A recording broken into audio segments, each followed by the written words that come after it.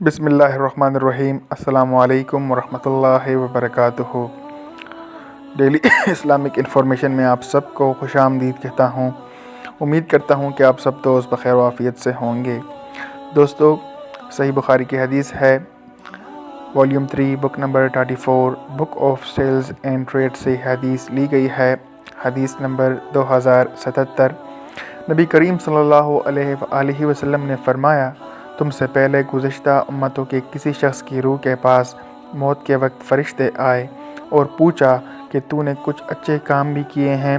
روح نے جواب دیا کہ میں اپنے نوکروں سے کہا کرتا تھا کہ وہ مالدار لوگوں کو جو ان کے مقروض ہو مہلت دے دیا کرے اور ان پر سختی نہ کرے اور محتاجوں کو معاف کر دیا کرے۔ راوی نے بیان کیا کہ آن حضرت صلی اللہ علیہ وآلہ وسلم نے فرمایا، پھر فرشتوں نے بھی اس سے درگزر کیا اور سختی نہیں کی۔ اور ابو مالک نے راوی سے اپنی روایت میں یہ الفاظ بیان کیے ہیں، کاتے کماتے کے ساتھ اپنا حق لیتے وقت نرم معاملہ کرتا تھا اور تنگ حال مقروض کو مہلت دیتا تھا۔ اس کی مطابعت شعبہ نے کی ہے، ان سے عبد الملک نے اور ان سے ربی نے بیان کیا۔